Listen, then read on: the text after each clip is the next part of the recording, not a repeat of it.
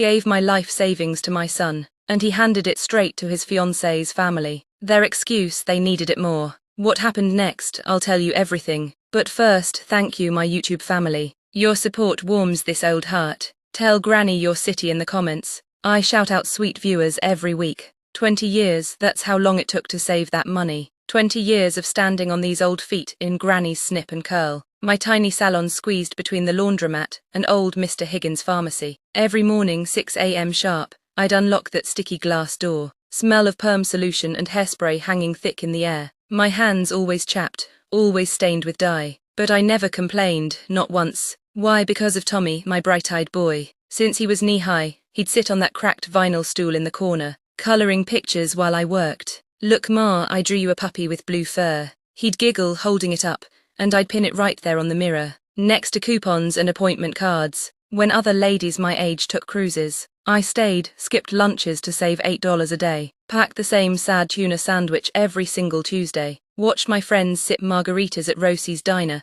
while I untangled Mrs. Petrovsky's perm. Vera, live a little, they'd say, but I'd just smile. Tommy's gonna open his shop someday, that's my vacation. The dream started small, he was 12, maybe found a stray tabby cat behind the diner, brought it home in his jacket, spent hours cleaning its matted fur, whispering to it next day, that cat looked like a show cat. I wanna fix broken things Ma, he said, pets who feel unloved, and right then I knew. So I saved penny by penny, dollar by dollar. Rainy days, worked double shifts. Christmas bonuses, straight into the coffee can under my bed. That time my roof leaked, patched it with tarps. So Tommy's money stayed safe. The day I hit $30,000, I sat on my bed and cried. Not happy tears, exhausted tears. My knees throbbed, my back screamed, but I'd done it for my boy. I planned the surprise for weeks. Bought fancy check paper from the office store, wrapped it in blue ribbon, his favorite color. Even baked his favorite oatmeal cookies. He came over that Sunday, all grown up now, 25 years old, but still my little boy in those worn sneakers. What's the occasion, Ma? He asked. Eyeing the cookies, I pushed the envelope across the table. Open it. He tore it open, and his eyes went wide. Ma, is this real? I nodded, tears in my eyes. Every penny, for paws and claws, your pet grooming shop. He jumped up, I found the perfect spot. On Elm Street, big windows, and I'll paint it yellow like sunshine. He grabbed my hands, I'll hire 2 assistants, get the fancy tubs that massage the dogs, and Ma, I squeezed his hands, make it shine, baby, make it so bright the whole town sees it. He kissed my cheek, rough stubble against my skin. I'll make you proud Ma, rich too, you'll never cut another head of hair again. He danced around my kitchen, waving that check like a flag. I believed him, every word. I pictured it, him in a crisp yellow apron, dogs wagging tails in sparkling clean tubs. My coffee can empty, but my heart full. But I didn't know that check was a time bomb. I didn't know his fiancée, Lisa, was already whispering in his ear. Your mom's money could fix my parents' problems. That shop can wait. We need it more. He left that night, check in his pocket, and I stood at the window, watching his taillights fade. So proud, so hopeful, so blind. Months trickled by like syrup in winter. Every Sunday Tommy came for supper, meatloaf, mashed potatoes, the good china. I'd lean across the table, gravy boat in hand. Any luck with the shop, baby? He'd shrug, chasing peas with his fork. Still hunting Ma, gotta be perfect. His eyes darted away, never met mine. Little things started piling up. His phone buzzing non-stop during dessert. That new leather jacket. The way Lisa's mother, Carol, hugged me too tight at church. That Tuesday, rain slapped the pavement. I pushed my cart through PriceMart. Generic cereal, day-old bread. Cat food for Mr. Whiskers. Saving mattered more than ever now. Tommy's shop needed supplies soon. I counted pennies in my head. Aisle 7, canned soup. I reached for tomato, cheapest kind. Then laughter, bright and sharp as broken glass. Carol Gable stood 10 feet away, waving diamond-crusted fingers near the fancy organic broth. $8 a can, can you believe? Her friend tittered. Only the best for you now, Carol. My hand froze on the soup can. Cold, slick. Carol turned, saw me. Her smile widened, big, shiny, like a wax apple. Vera, honey. She clacked toward me in heels taller than my Sunday hat. That's when I saw it. Around her throat, a gold chain thick as my pinky. A diamond pendant dangled, a teardrop the size of a blueberry. It caught the fluorescent lights, throwing rainbows on the discount soup labels. Real, must have cost thousands. She grabbed my stiff hands. Oh, Vera, we owe you everything. Her perfume, sweet and expensive, choked me. Tommy's gift, our bills. She snapped her fingers. Puff gone, we're even booking a cruise. My fingers went numb. The soup can crashed to the floor. Tomato ooze bled over my scuffed shoes. His gift, Tommy's gift, my gift. The air vanished, no sound, just the pulse in my ears. I gripped the cart, knuckles bone white. The linoleum swam. Carol's friend frowned. You all right, Vera? You're grey as dishwater. I couldn't speak, couldn't breathe. Just pointed a shaking finger at Carol's throat. That's my. I abandoned the cart. Stumbled past pyramids of soup cans. Carol called after me, Vera. Honey, I hit the exit doors. Rain slapped my face. I fumbled for my keys, dropped them in a puddle. Inside my old Buick, the dam broke. Sobs ripped from my chest, harsh. Ugly sounds, I pounded the steering wheel. Liar thief, rain blurred the windshield. Or was it tears? I pictured it. Tommy handing Carol stacks of cash. Lisa squealing over diamond catalogues. My coffee can empty, kicked under Tommy's bed. When? Was it when he helped Carol paint her porch? When Lisa borrowed $500 for a vet emergency? When he missed supper, claiming he was touring a shop space? I grabbed my phone, dialed Tommy's number. Finger hovered over call. What will I say? How could you? I worked for decades. That necklace is my blood. But then, his voice in my head. 7 years old, holding a stray kitten. She's hurt, Ma, we gotta help. My sweet boy, my tender-hearted boy. Could Carol's bills have been that bad? Did they truly need it more? No. The diamonds, the cruise, the $8 soup. This wasn't need. This was greed. And my boy, my beautiful boy, was their ATM. I swiped tears with my sleeve. Took 3 shuddering breaths, dialed. It rang once, twice. He picked. Ma, what's up? Voice light, carefree, unknowing. The ice flooded my veins. Tommy, my voice didn't shake. It was dead calm. Explain now. I called Tommy. Explain now. He groaned. Her parents got evicted. Ma, they needed it more. Like my sacrifice was trash. Like his dream meant nothing. No tears, not one. The crying part of me died in that grocery store parking lot. What came after, quiet to terrible. Heavy quiet, like the air before a tornado hits. I drove home slow, too slow, cars honked. I didn't care, my hands, steady as stone on the wheel. My mind clear, crystalline clear. I walked into my kitchen, same yellow curtains, same ticking clock, same cat meowing for dinner. But I was different. I moved like a ghost through my own house. Tommy's shop keys hung on the hook by the fridge. Right where he'd left them, just for now, 3 months ago. 2 shiny brass keys on a Paw Patrol keychain he'd had since he was 6. I took them down, cold metal bit my palm. Flashback, him at 8, jingling these same keys. Pretending to unlock castles. I'm gonna have a real castle someday, Ma. My fingers tightened. The plastic dog's head broke off. Then I tore the keychain apart. Brass keys hit the linoleum. I stomped. Once, twice, grinding them under my heel like cockroaches. Left them there, twisted metal in a dust bunny grave. My phone buzzed on the table, Tommy calling, probably wondering why I'd hung up on him mid-sentence after his excuse. I picked it up not to answer, to block. I blocked his face from my screen. I blocked Lisa's smug smile. I deleted the mom group chat where Carol bragged daily. Silence, real silence now. No more buzzing, no more lies. I walked to the living room, my Tommy wall. Photos, him holding his first rescued kitten. Him graduating, him and Lisa, grinning under mistletoe I'd hung. And in the center, the paws and claws business plan. 20 pages, his handwriting in the margins.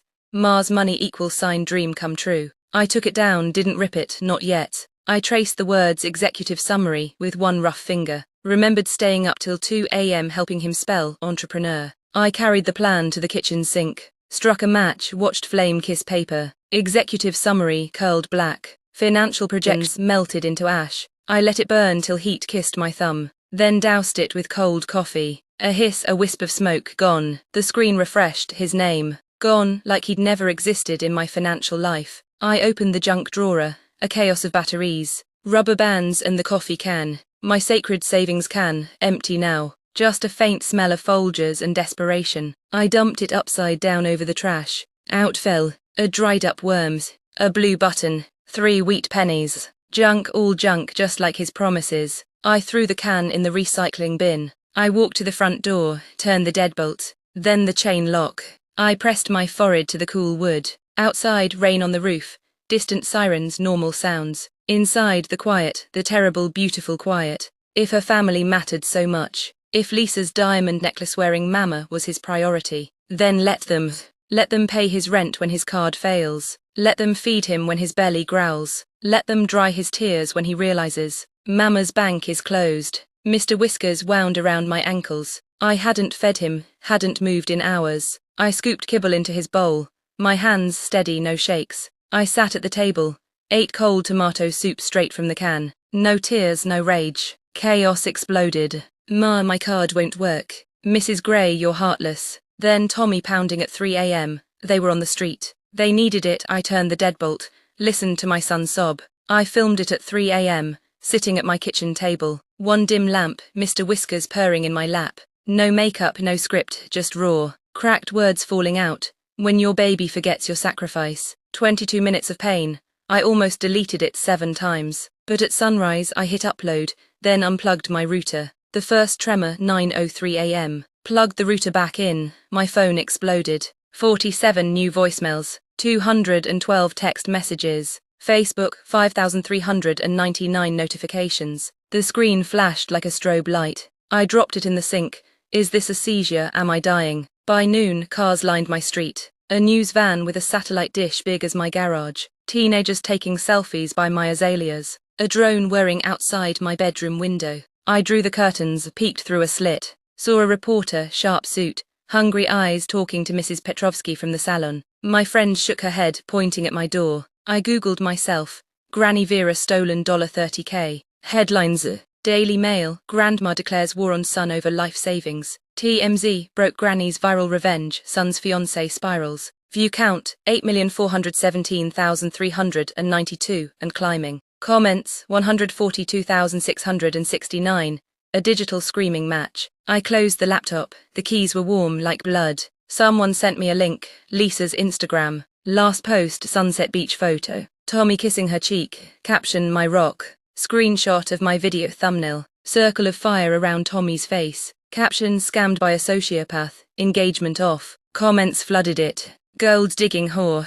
Give granny back her $. Show us the diamond necklace trash. Then the account vanished, user not found. My doorbell rang, not reporters this time. Father O'Brien face grave. Vera, the church is divided. Some say you're righteous. Others, he handed me a sealed envelope. Inside, a burned photo of Tommy's first communion. Scrawled on back, Matthew 7:1 judge not. I risked milk, wore sunglasses, hood up. Aisle 3 cereal. People circled, whispering, filming. Then's Carol, pushing her cart fast, head down. No diamond necklace now, just red-rimmed eyes. She saw me, froze. How could you, she screamed. Spittle flying, my daughter's life is ruined. I said nothing, just took my milk. Paid in exact change, walked out. Her wail followed me, monster. Night terrors. 2 a.m. my landline rang, unknown number. I answered, heavy breathing, then, enjoy hell grandma, click. I sat in the dark, counting shadows. Knock, knock, knock. Not the door of my heart. Too fast, too loud. What have I done? I found it taped to my cat's collar Tuesday morning. A tiny scroll, unfurled. Your son cries himself to sleep, happy now. Handwritten, block letters. I held Mr. Whiskers too tight. He yowled, scratched me. Blood bloomed. Good. Finally, a pain I understood. Thursday, 5:17 p.m. My blocked calls folder. Tommy's voice hoarse, broken. Ma, please, they threw eggs at Lisa's car. Her boss fired her, Dad won't take my calls. I'm sleeping in the Petco parking lot. In my car, it smells like dog food. I'm so cold, please Ma, make it stop. I'll pay you back, I'll scrub floors, sobbing, gut-wrenching, animal. Just tell them I'm not evil. Tell them you still love me. Please, I'm your boy, your Tommy. Beep. I replayed it 11 times, then saved it. Labeled the price. Friday night, news van's gone, street quiet. I sat with Father O'Brien, tea going cold. Did I do right? I whispered. He stared at his hands, old hands like mine. You showed the truth, Vera. Truth cuts both ways. Outside, wind howled. Inside, silence. Not peaceful. Empty. Like a house after a funeral. I touched my phone. 8,742,105 views. Enjoy hell, grandma. I'm so cold. Monster. 8,742,106. I poured the tea down the sink. Watched it swirl away. Just like my boy. 2 weeks after the storm peaked. A timid knock, not reporters. Not Tommy, Mrs. Higgins' boy. Leo 17. glasses, acne, clutching a manila folder like a shield. Mrs. Gray, Mom said you need truth tellers. He thrust the folder at me. I'm good at digging. The first lie, eviction. Inside, property records. Top page, Gable, Carol and David. Leo pointed a shaky finger. See here. Lease termination, but look here. A second document, new lease agreement. Dated one day before Tommy gave them the money. Address 17 Crestview Ridge. I knew that street, gated mansions. Swimming pools like turquoise jewels. Leo pulled out Zillow printouts. A sprawling Tudor house, stone columns. 6 bedrooms, rent $9.500 month. They weren't evicted, Mrs. Gray. Leo whispered they upgraded. I sank onto my porch swing, chain creaked. Leo stayed standing, flipping pages like. Leo adjusted his glasses, voice firmer now. I called the marina, pretended I was David's nephew. Said we lost the receipt for warranty stuff. He swallowed, the guy bragged. Yeah, Dave paid $30K cash down. Rest financed. Said his kid's fiancée scored it selling crypto. Leo looked at me, not pity, rage. Tommy lied to them too, Mrs. Gray. Told them it was his crypto money, not yours. The flashback, salt in the wound. Suddenly I'm in my kitchen. Tommy, age 14, holding a jar. Found a hornet's nest. Ma sold it to Mr. Jenkins for $20. He'd been strung 6 times, face swollen. Pride blazing, did it myself. That boy would have sniffed out Carol's lies. This man handed my life savings to a man who named his boat Gotcha 1. The realization, not naive but cruel. I stared at the boat photo. Tommy's smile, not sheepish, not guilty. Proud. Chest puffed, arm around Lisa. He knew. Deep down he knew. He didn't forget to check. He chose not to. Because asking questions might have made Lisa frown. Might have made David call him cheap. Might have cost him cool points. My $30,000 wasn't charity. It was entrance fee. To a mansion. To a boat. To a family that laughed behind his back. The physical toll proof as poison. I stood up too fast. Porch swing slammed the railing. The world tilted. Leo grabbed my arm, Mrs. Gray. I stumbled inside, made it to the sink. Vomit surged, bitter, yellow. Nothing but bile and betrayal. Leo followed, poured water, handed me a towel. His hands shook worse than mine. I wiped my mouth, looked at the boat photo still clutched in my fist, Tommy's grin. I'll make you proud, Ma.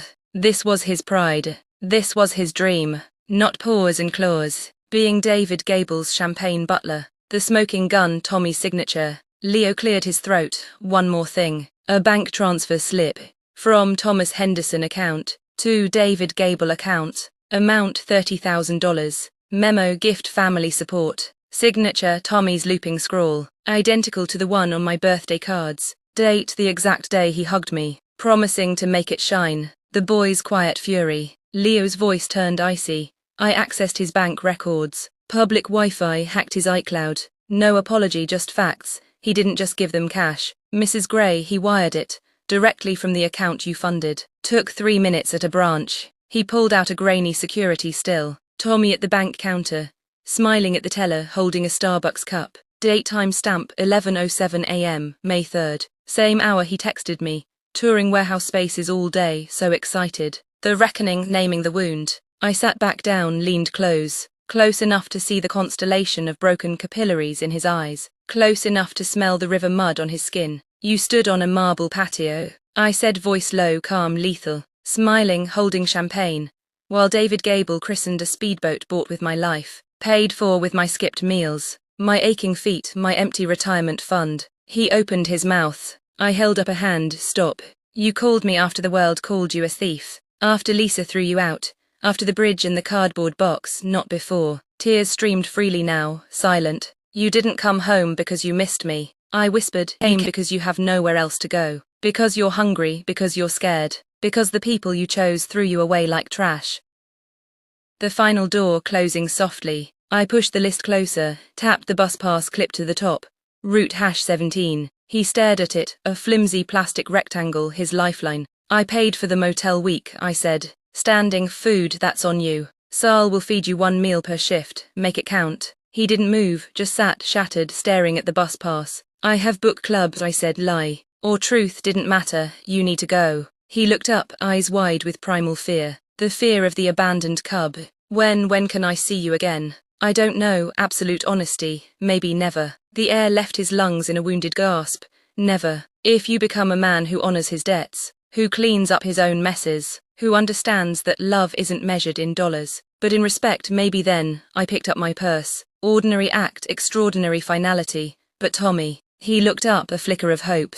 Prove you're still the boy who cried over a hornet's nest, not the man who broke his mother for a speedboat smile. The walk away, each step a universe. I walked to the front door, opened it. Cool twilight air rushed in, washed over the stench of his despair. He didn't follow, just sat at my kitchen table, small, broken, holding a bus pass and a future made of $12/hour and motel room mildew. I didn't look back. Got in my car, started the engine. A sound behind me, a choked sob, raw and guttural, tearing from the open doorway. I didn't turn, put the car in drive, pulled away. In the rearview mirror I saw him, just for a second, standing on my porch, watching me leave, growing smaller and smaller, until he vanished around the curve. The emptiness, not peace but price. I drove nowhere, just streets. Past the salon, dark now, past the Price Mart, past the bridge he'd slept under. The quiet in the car was deafening, not the peaceful quiet of before the storm, the hollow quiet after the bomb goes off. Did I win?